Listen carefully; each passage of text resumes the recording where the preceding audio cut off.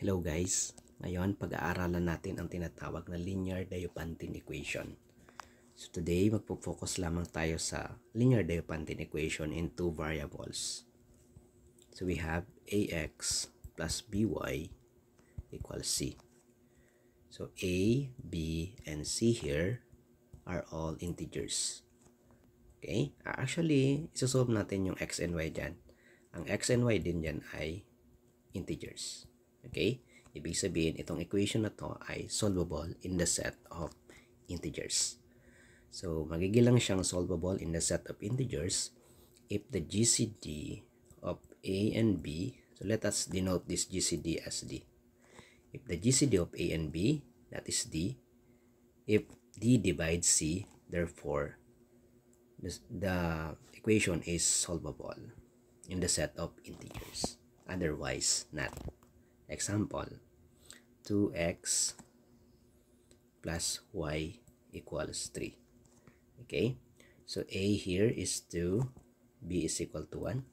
A is the coefficient of x, b is the coefficient of y, and c is the constant 3. Okay, what is the GCD of 2 and 1? So that is 1, right? So d here is equal to 1, and 1 divides 3. 1 is a divisor of 3. So hence, this is solvable. In fact, we can get x is equal to 1 and y is equal to 1, right? So 2x plus y equals 3.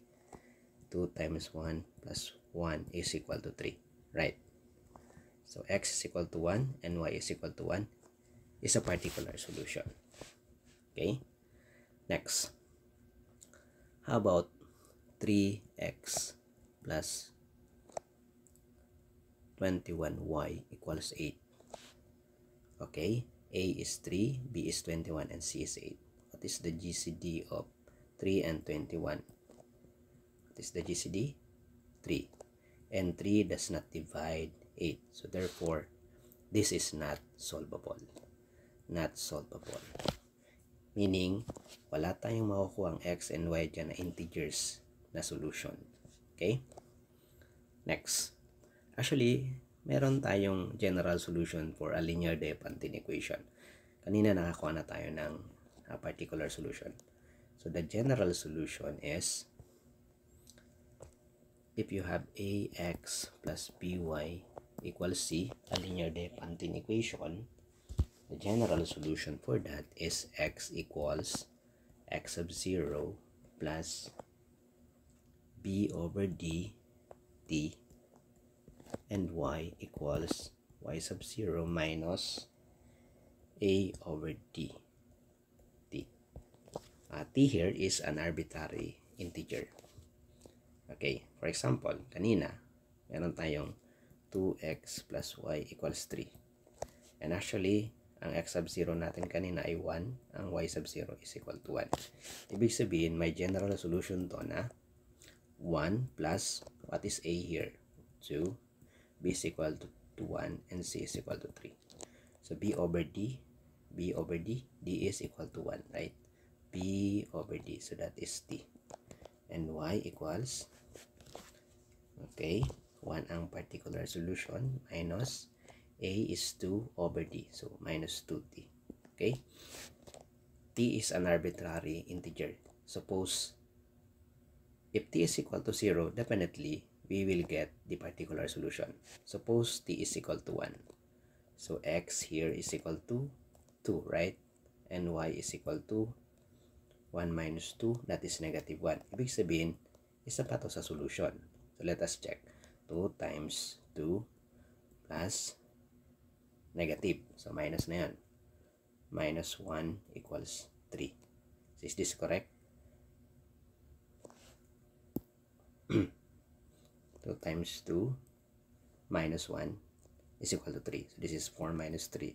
4 minus 1, is equal to 3. So that is correct. Okay? Now, let us solve a linear Diophantine equation.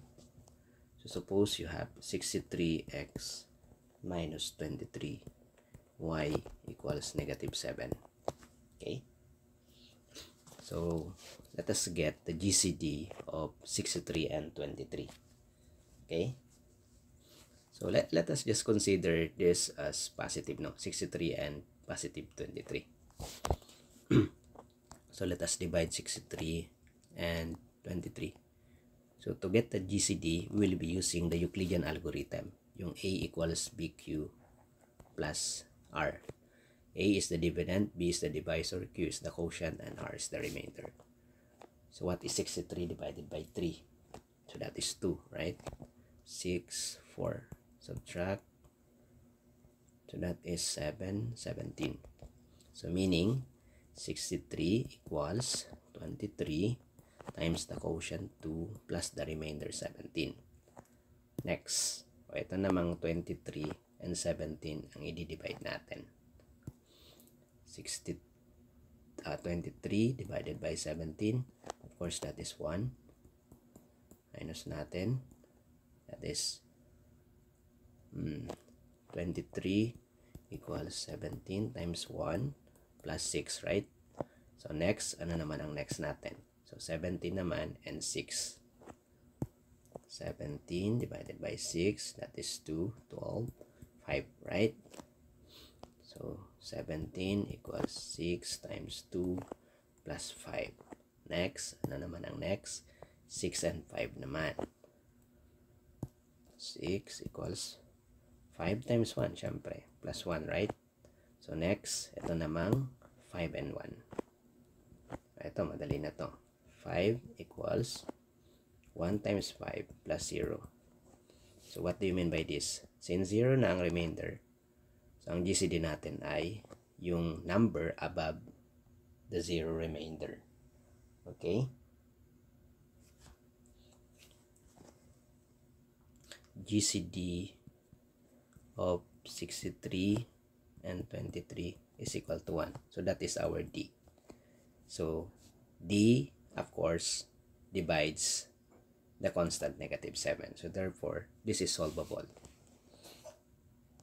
So ngayon, paano ba natin siya isa-solve?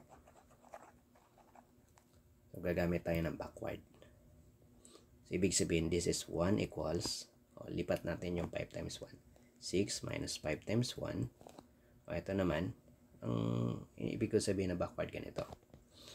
Okay, so 5 here equals 17 times 17 minus 6 times 2. Okay, ang 6 naman dito ay 23 minus 17 times 1. And 17 is equal to 63 minus 23 times 2. Okay, now, ano nang gagawin natin? So, gamitin natin lahat yan. 1 equals 6 minus 5 times 1. Okay. Next. Okay. Okay na tayo dito.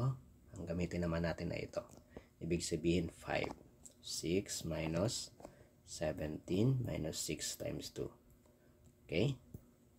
So, kasi ang 5 is 17 minus 6 times 2. Okay. Ni-replace lang natin. Substitute tayo. Times 1. This is equal to 6 minus 17 times 1, right? So, plus na to. Minus, minus. Kaya plus na. 6 times 2. Ngayon, i-add na natin. You have 6. Ilan na ang 6 andyan? 3. Minus 17 times 1. Next. Okay na tayo dito. Next naman ito. Ang 6. 23 minus 17 times 1. So, everything is times 3 here sa right side. Minus 17 times 1.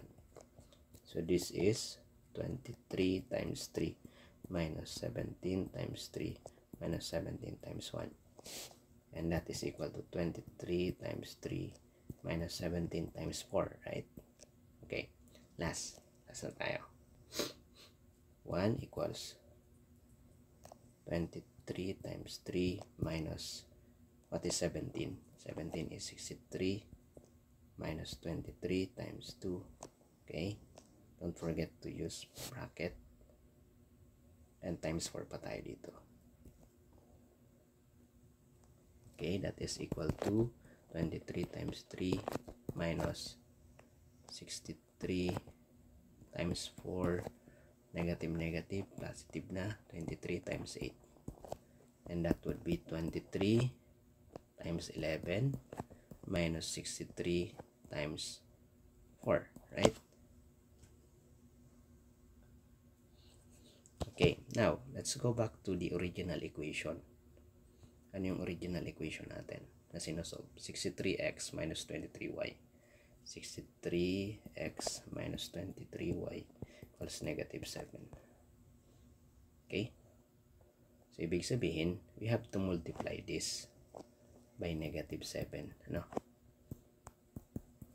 So, ang sagot na natin dyan ay negative 7 equals 23 times negative 77.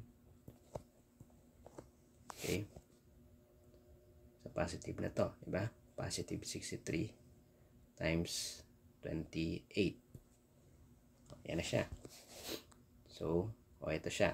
63 times 28 minus 23. Asan si y?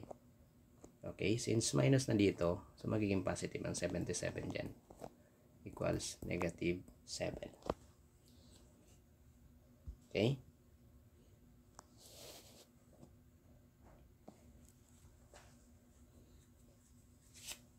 So, let us check. So, gamit ako ng calculator kung tamang na-solve natin. 63 times 28 minus 23 times 77. Yeah, that is correct. So, ibig sabihin, x sub 0 here equals 28 and y sub 0 is 77. So, dapat maging tayo, no? Maging careful tayo kasi baka ma-interchange yung x and y dito. Baka sabihin nyo ang x dito ay yung yung 77, ang y ay 28. So, okay? So, ibig sabihin ang general solution natin dito ay x equals, ano na nga yung formula? Okay? Balikan natin yung formula. B over D. B over D. B over D. So, ano ang A natin dyan? So, ang A natin ay 63. Ang Y is, B is negative 23 and C is equal to negative 7. So, ang general solution ay x sub 0 plus B over dt. And ang Y naman ay y sub 0 minus A over dt. Okay. Teka natin. Yeah, tama. So, ibig sabihin we have x is equal to 28 plus B. So, that is minus 23 over D. What is D? Okay, ang D natin ay 1, di ba?